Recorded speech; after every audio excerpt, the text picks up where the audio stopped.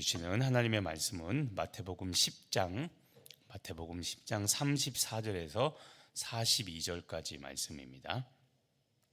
생명의 삶 48페이지 마태복음 10장 34절에서 42절까지 말씀, 우리 한 목소리로 같이 우리 합독하도록 하겠습니다. 내가 세상에 화평을 주러 온 줄로 생각하지 말라. 화평이 아니요 검을 주러 왔노라. 내가 온 것은 사람이 그 아버지와 딸이 어머니와 며느리가 시어머니와 불화하게 하려 함이니 사람의 원수가 자기 집안 식구리라. 아버지나 어머니를 나보다 더 사랑하는 자는 내게 합당하지 아니하고 아들이나 딸을 나보다 더 사랑하는 자도 내게 합당하지 아니하며 또 자기 십자가를 지고 나를 따르지 않는 자도 내게 합당하지 아니하니라. 자기 목숨을 얻는 자는 잃을 것이요 나를 위하여 자기 목숨을 잃는 자는 얻으리라.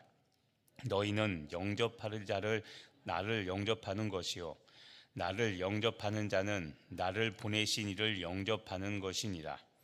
선지자의 이름으로 선지자를 영접하는 자는 선지자의 상을 받을 것이요 의인의 이름으로 의인을 영접하는 자는 의인의 상을 받을 것이요 또 누구든지 제자의 이름으로 이 작은 자 중 하나에게 냉수 한 그릇이라도 주는 자는 내가 진실로 너희에게 이르노니 그 사람이 결단코 상을 잃지 아니하리라 하시니라. 아멘. 자, 오늘 읽었던 내용이 어떤 내용인지 우리 오늘의 말씀 요약 같이 한번 보겠습니다. 예수님은 화평이 아니라 검을 주러 오셨기에 가족 안에도 불화가 있음을 알리십니다. 가족을 주님보다 더 사랑하거나 자기 십자가를 지고 주님을 따르지 않으면 주님께 합당하지 않습니다. 누구든지 제자 이름으로 작은 자에게 냉수 한 그릇이라도 주는 사람은 절대로 상을 잃지 않을 것입니다.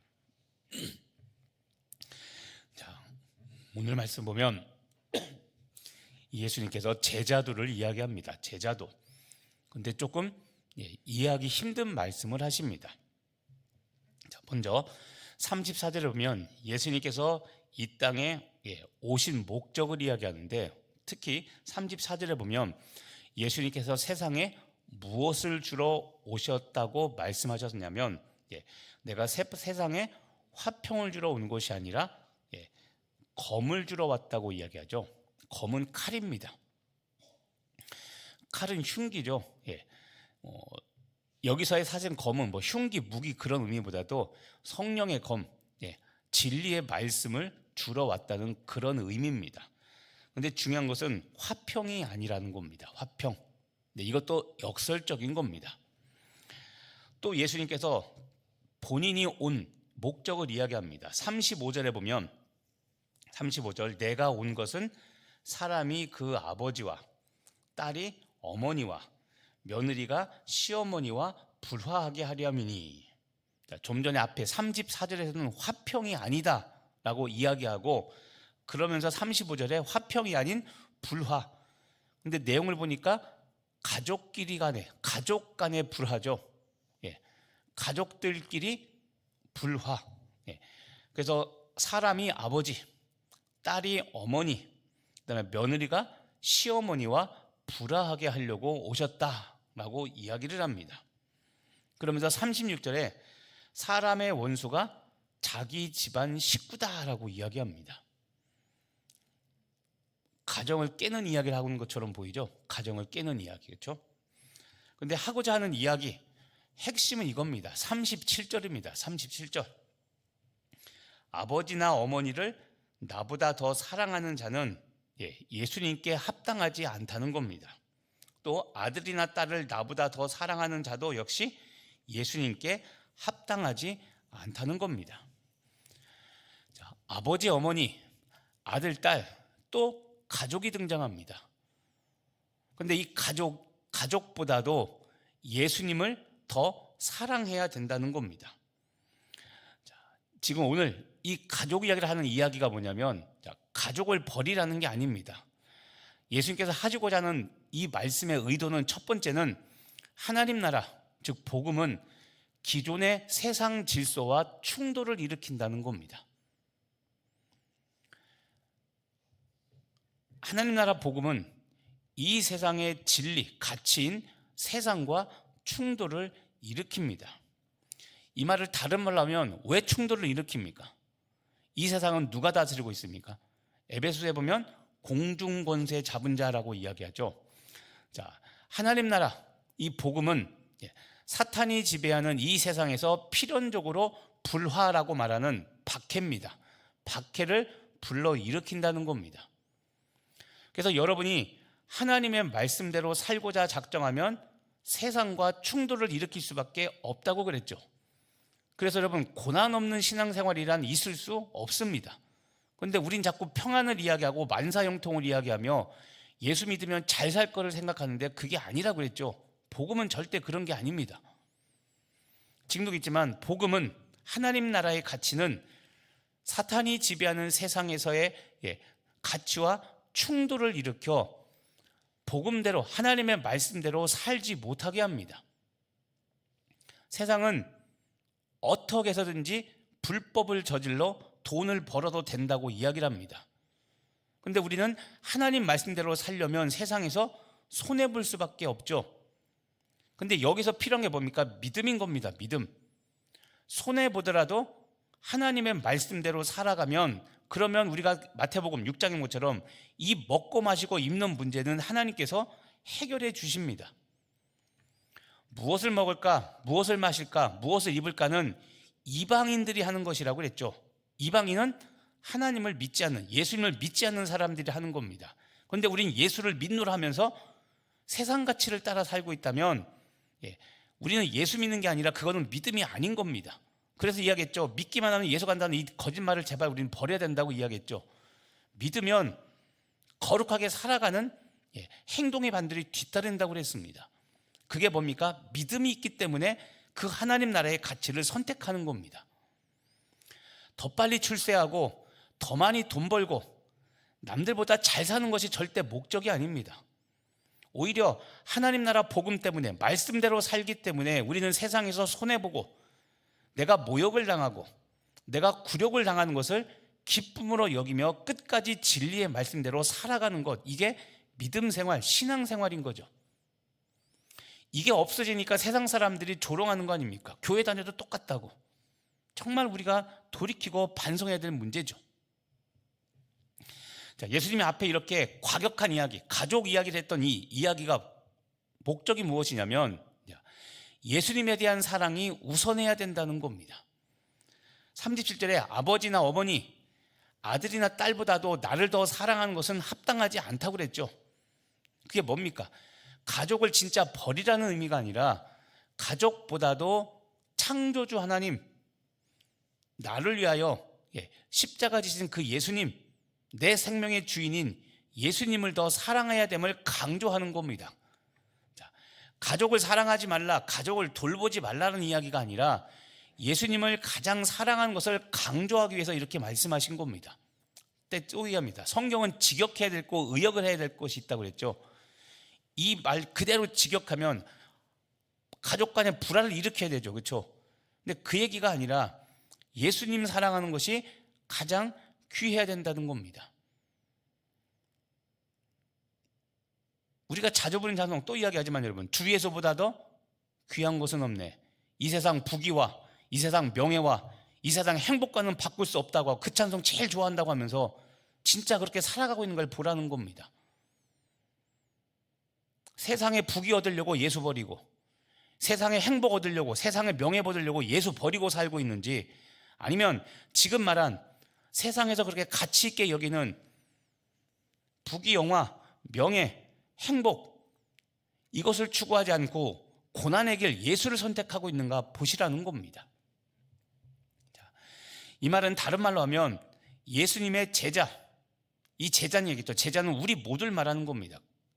거듭난 그리스도인이라고 했죠. 자, 제자의 삶은 고난을 피할 수 없다는 겁니다. 제자는 우리 그리스도인이라고 했죠.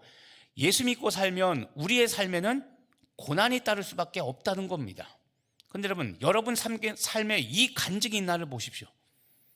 예수 믿어서 잘 됐다가 아니라 잘 되기 전에 예수를 위하여 여러분이 고난의 길을 걸은 적이 있습니까? 이거 없으면서 우린 예수 믿고 잘 됐다는 말을 하면 곤란합니다. 지금도 예수님이 말씀하지 않습니까? 진리신 예수님이 직접 이렇게 이야기하지 않았습니까? 그리고 나서 예수님께서 두 번째, 이렇게 제자의 삶, 참된 제자의 삶을 사는 것이 얼마나 가치 있는 인가를 말씀하십니다. 자, 40절과 42절입니다. 예수님께서는 제자들을 섬기는 자에게 어떤 약속을 하셨는가? 자, 여기 보시면 예수님을 섬기는 자가 아니라 오늘 말씀 마태복음에서는 제자들을 섬기는 자, 다시 말하면 저와 여러분 같은 사람입니다. 제자를 섬기는 자에게 어떤 약속을 하셨는가? 자, 40절을 보십시오. 너희를 영접하는 자는 나를 영접하는 것이고 나를 영접하는 자는 나를 보내시니 즉 하나님을 영접하는 것이라고 이야기했습니다. 자, 너희 제자들입니다. 제자 너희들을 영접하는 사람이 나는 누굽니까? 예수님이죠. 자, 여기 보시죠. 예수님께서 예수님을 영접하는 자가 하나님을 영접하는 자라고 말하기 전에 제자들에게 제자인 너희들을 영접하는 자가 곧 예수님을 영접하는 것이라고 말씀하셨습니다. 이 말은 여러분들이 서로 사랑하고 서로를 귀하게 여기며 서로를 그렇게 섬겨주고 서로를 영접한다는 것, 그렇죠? 제자들 영접한다는 것, 여러분들을 잘 섬겨주고 사랑하면 그것이 예수님을 영접하는 것이라는 겁니다. 다른 말로 하면 결국 이웃사랑이 예수님 사랑, 하나님 사랑이라는 겁니다. 여기서도 동일한 이야기를 하죠. 하나님 사랑이 우선이 아니라고 그랬죠. 하나님 사랑과 이웃 사랑은 같은 겁니다. 근데 자꾸 하나님 사랑한다고 하면서 이웃 사랑을 외면하는 정말 엉뚱하게 율법 정한 사람들이 있다고 그랬죠. 또 42절을 보십시오. 42절. 또 누구든지 제자의 이름으로 이 작은 자 중 하나에게 냉수 한 그릇이라도 대접하는 자, 주는 자는 그 사람 결탄코 상을 잃어버리지 않는다고 말씀하셨습니다. 자, 여기서 잘 보십시오. 예수님의 이름으로 냉수 한 그릇을 대접한 게 아니라 누구 이름이라고 되어 있습니까? 제자 이름이라고 되어 있죠. 마태복음에서는 예수님의 이름이 아니라 제자의 이름이라고 되어 있습니다. 좀 전에 제자들을 영접하면 예수님을 영접하는 것이라고 했는데 여기서는 제자들의 이름으로 작은 자, 소자에게 냉수 한 그릇이라도 대접한다면 이 대접한 이 사람이 결단코 상을 잃어버리지 않는다고 했습니다. 그럼 좀 전에 서로 사랑하고 서로 잘 대접해주고 섬겨주는 사람이 예수님을 영접한다고 했는데 이 사람들, 이렇게 제자들의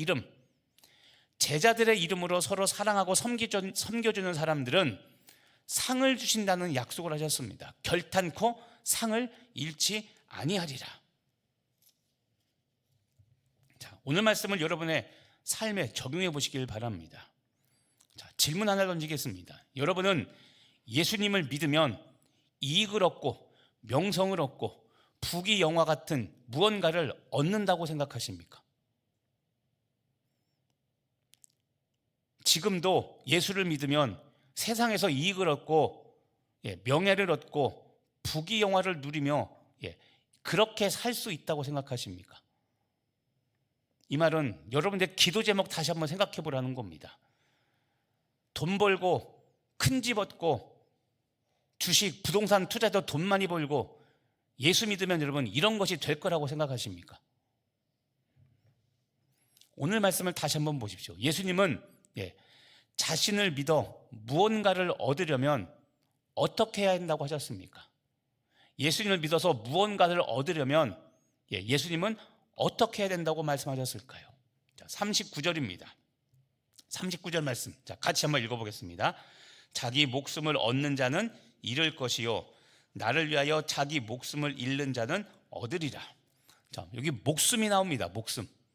목숨은 전부죠. 내 삶 전부.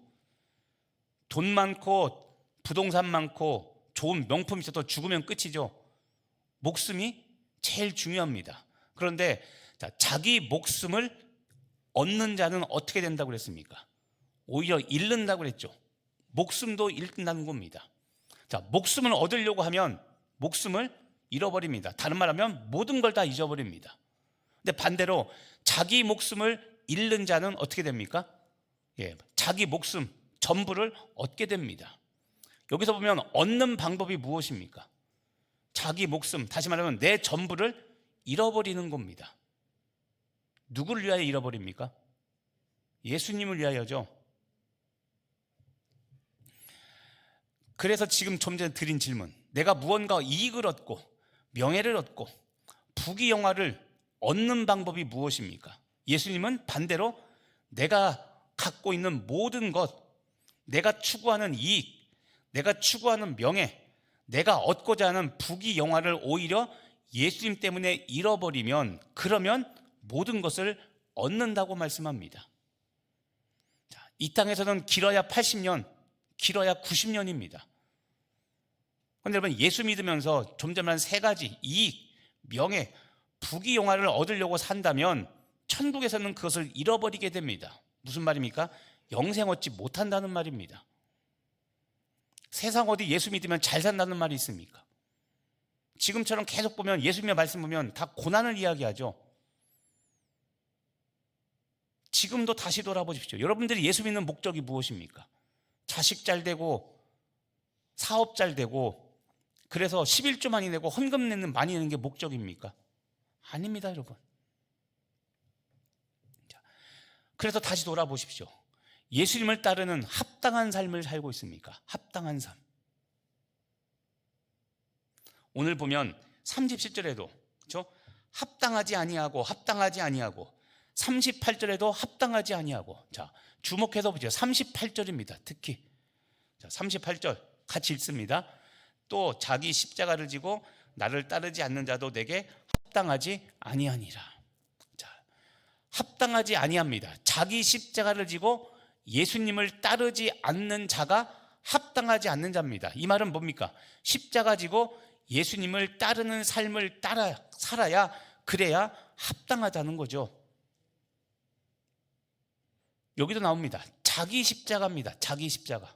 제가 늘상 강조하죠. 남의 십자가 지기 전에 자기 십자가 져야 됩니다.